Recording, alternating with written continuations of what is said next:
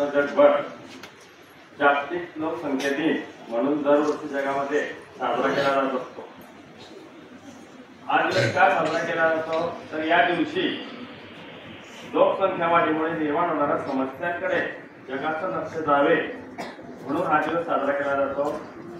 11 जुलै 1987 रोजी जगामधील 5 अब्जावे बालक युगोस्लाविया देशात जन्माला आले आणि याची विनोदी दखल घेऊन वाढत्या लोकसंख्येचा जनमानसामध्ये वाढत्या लोकसंख्येबद्दल जनजागृती व्हावी म्हणून 1989 पासून हा दिवस घोषित केला गेला। आज बोलायचे आहे, आज जगामध्ये जगाची लोकसंख्या सुमारे 812 कोटी आहे आणि त्यात आपल्या भारताची लोकसंख्या 144 कोटी।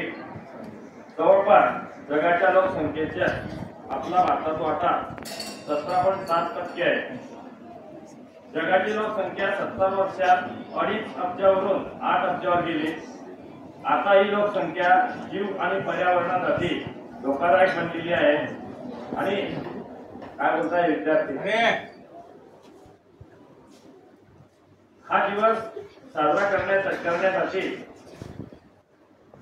शास्त्रज्ञांनी तज्ञांनी काही उद्दिष्ट समोर ठेवलेली आहे की हा दिवस साजरा करत असताना लोकांमध्ये काही जनजागृती व्हायला पाहिजे।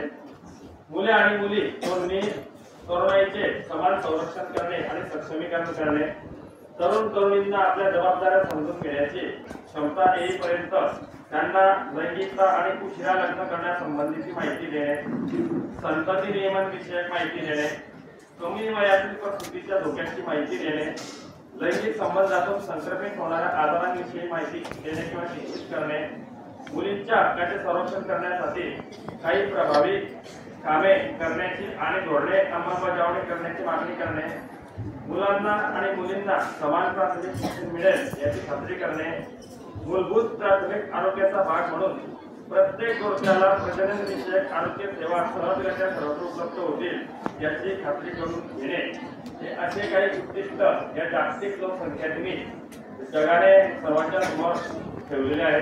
जय हिंद, जय महाराष्ट्र।